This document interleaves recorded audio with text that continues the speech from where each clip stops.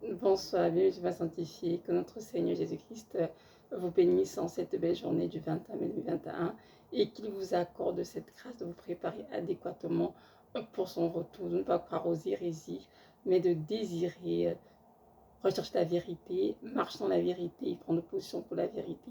Aujourd'hui, nous allons parler vraiment de l'homosexualité qui est un fléau qui touche beaucoup de personnes dans différents continents, surtout les jeunes adolescents. J'ai remarqué ici, vraiment triste de voir cela.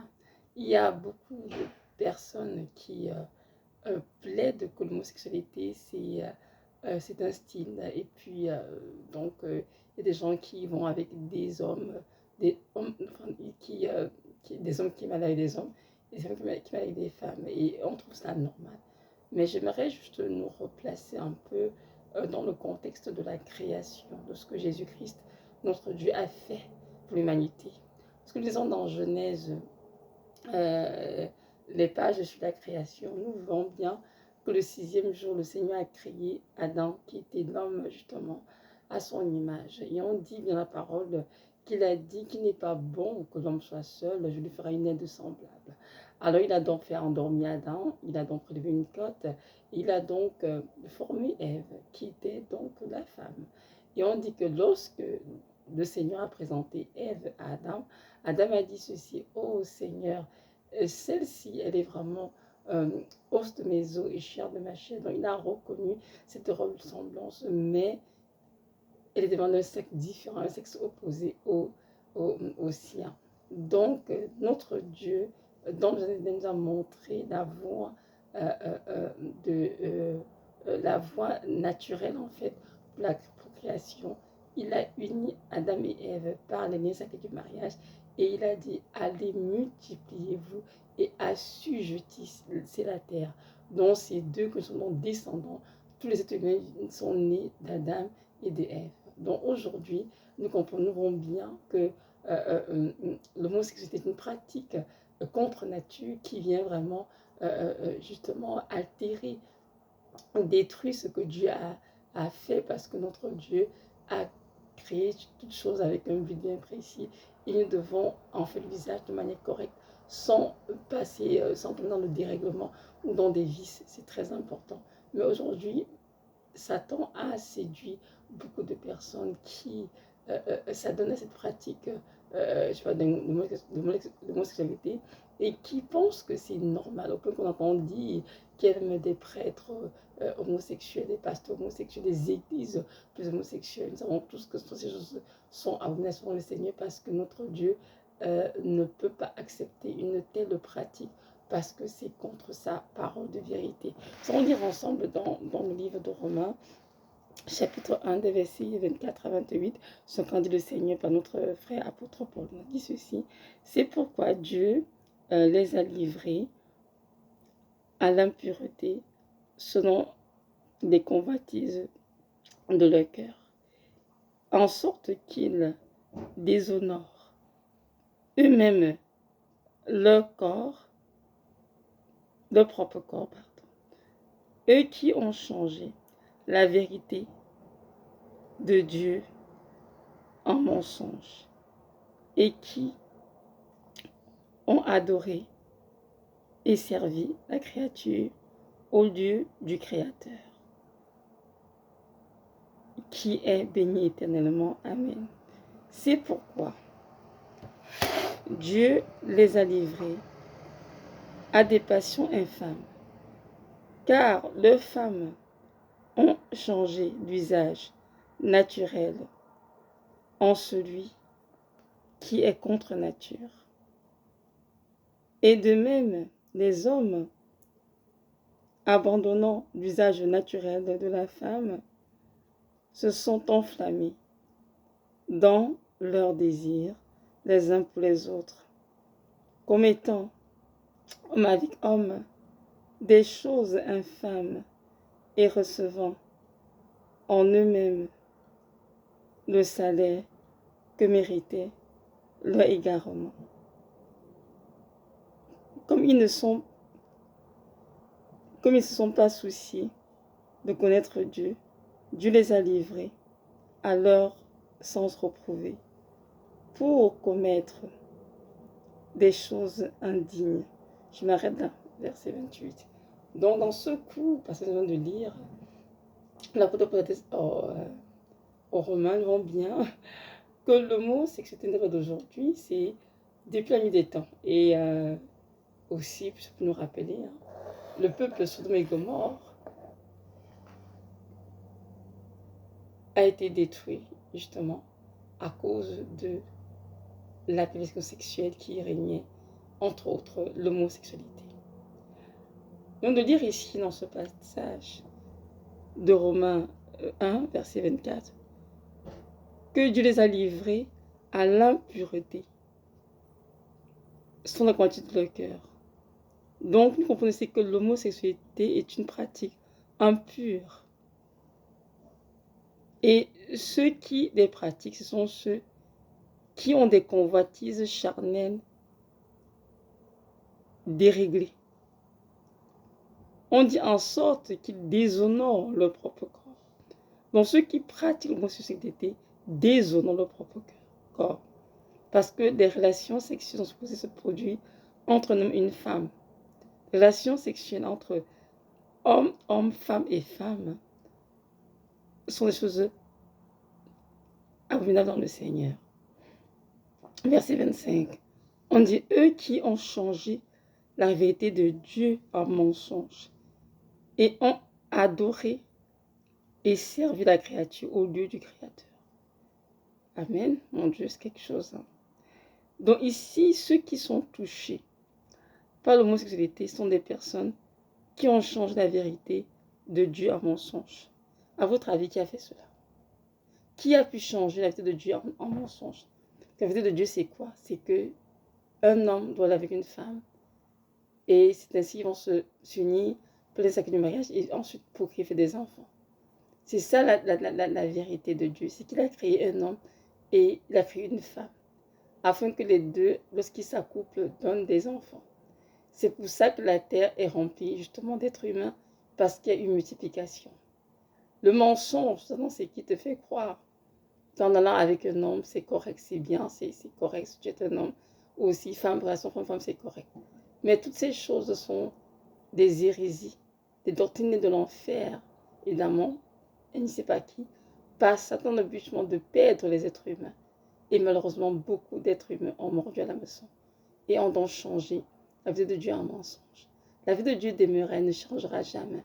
C'est que un couple doit être constitué d'un homme et d'une femme, point final.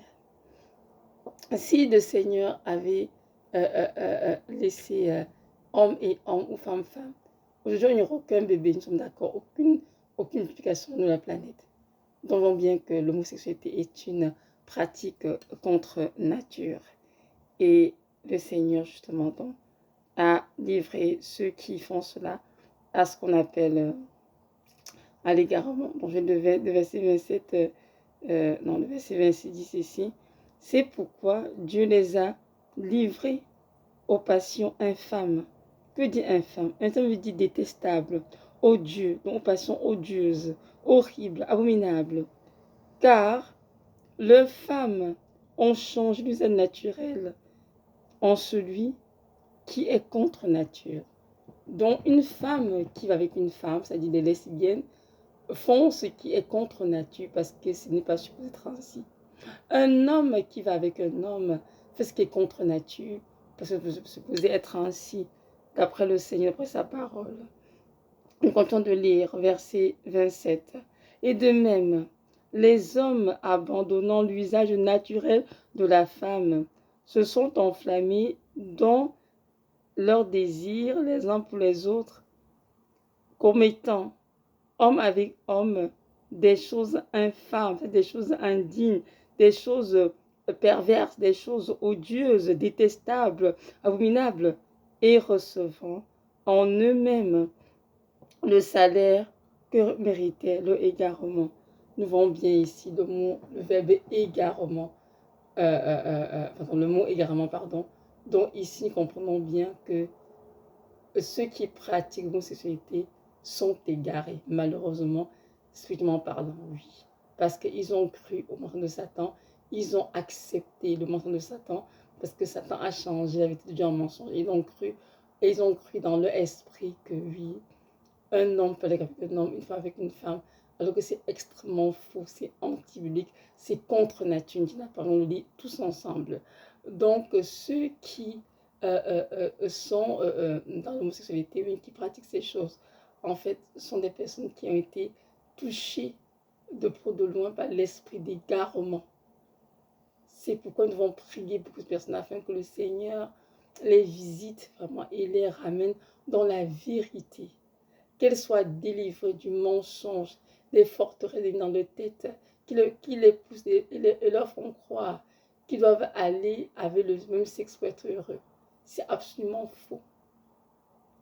Et ce qui est dommage de voir que cette pratique contre nature a fait tellement son chemin dans la vie de plusieurs jeunes adolescents qui aujourd'hui en adolescence avec déjà des comportements déréglés et pensent que c'est ça la vie, alors que ce n'est pas ça la vie. Mes frères et sœurs, continuons de prier afin que le Seigneur délivre ces personnes de l'homosexualité. Parce que nous comprenons que ces personnes dans l'égarement, dont sont perdues, et si elles ferment les yeux dans cet état, elles ne verront jamais la face du Père. Parce qu'elles sont dans l'égarement. Elles sont égarées. Nous devons prier et continuer de les encourager à en sortir quand l'occasion nous est donnée. Dans cette vidéo, je ne vais pas dire que Dieu n'aime pas les homosexuels, loin de là. Dieu aime les homosexuels parce que ce sont les hommes qu'il a créés à son image. Il condamne cependant l'homosexualité, qui est une pratique contre nature et qui va contre sa parole, contre la création même de Dieu. Donc, les homosexuels devront prier afin que Dieu se révèle à eux. Ils vont les aider à sortir de cette captivité satanique. Parce que le salaire de pratiquer l'homosexualité, ce n'a rien d'autre que la mort et l'enfer. Donc nous devons savoir que notre Dieu revient bientôt, cherche une église glorieuse, sans tache ni ride, et que dans les Jérusalem céleste, rien d'impur, rien de souillé n'y entrera. Et pour ce faire, alors, nous devons prier pour nous-mêmes, pour être préservés de cet esprit d'errement et prier pour ceux qui nous entourent, qui sont touchés par ces fléaux, afin qu'ils soient délivrés. Oui, ceux qui sont homosexuels ont besoin d'être délivrés. Et Jésus-Christ est le médecin pour tous les hommes. Il y a la parole qu'il va venir pour ceux qui étaient en bonne santé, venir pour ceux qui étaient malades. Et il est prêt à soigner tous ceux qui se déclarent être malades. Être homosexuel ou pratiquer l'homosexualité, c'est être malade. C'est parce qu'on est malade, on s'ignore en fait. La maladie, elle est bien sûr, elle est spirituelle, malheureusement physique. Et c'est important de l'adresser et de cette délivrance auprès du Seigneur. Donc, si tu es dans ce moment et que tu avais cette tendance à vouloir t'aligner derrière ce fléau, c'est-à-dire pratiquer l'homosexualité, j'aimerais te dire que tu es dans l'erreur. Oui, tu es dans l'erreur. Et c'est important que l'Esprit de Dieu, l'Esprit de vérité, t'éclaire et t'enseigne la vérité existentielle qui est depuis jeunesse et que Dieu a fait un homme pour une femme. L'accouplement doit se faire entre un homme et une femme. Et c'est ça l'ordre naturel des choses, comme Dieu l'a fait. Toute autre chose à côté, c'est abomination. Et ce sont des pratiques qui sont nées de l'enfer, je répète. Donc c'est important de chercher auprès du Seigneur la délivrance totale et vraiment de renoncer à cette chose détestable qui non seulement te souille en tant qu'être humain parce que tu déshonores ton propre corps, mais aussi te fait de toi un instrument de Satan pour détruire la vie d'autres personnes. Alors je t'encourage à te repentir et à renoncer à l'homosexualité. Je veux que tu saches que Dieu ne t'a pas créé ainsi. Dieu te fait croire que tu étais créé ainsi et que tu as 11, 12, 13 ans, 14 ans, oui, tu as commencé à penser qu'aller avec un homme, c'était mieux, tu es un homme, mais une femme, c'était mieux. Mais j'aimerais te dire que ça, c'est du mensonge. Ce sont des pensées que l'ennemi te suggère et ensuite infecte avec ces choses. Mais ce n'est pas vrai.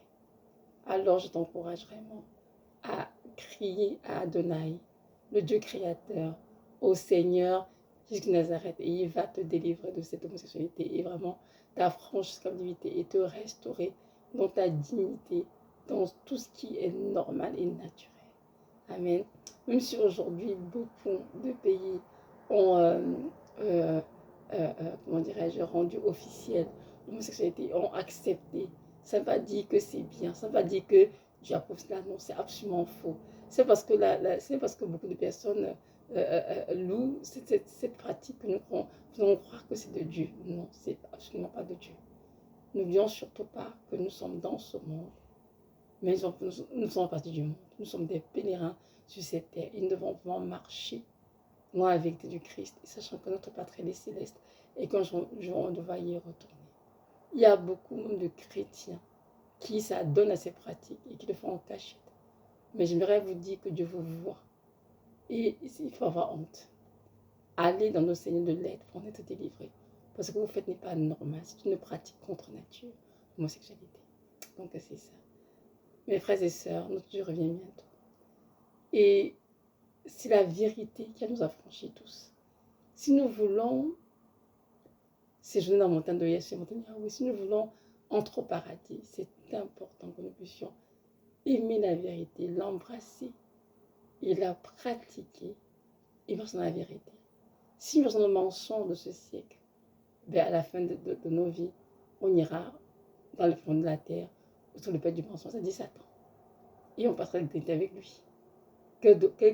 Oh, quel dommage. Ce sera très dommage. D'avoir toute une vie chrétienne, disant qu'on est chrétien et finit sa vie dans les tréfonds de l'enfer. Quelle perte.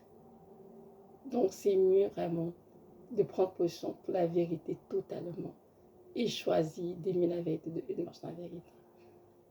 Donc je dois répéter dans cette vidéo, notre Seigneur Christ aime les personnes qui font l'homosexualité, mais il condamne le pratique qui est l'homosexualité, il condamne le pratique, mais il aime les pécheurs, il aime les personnes qu'on sait parce qu'il désire les sauver.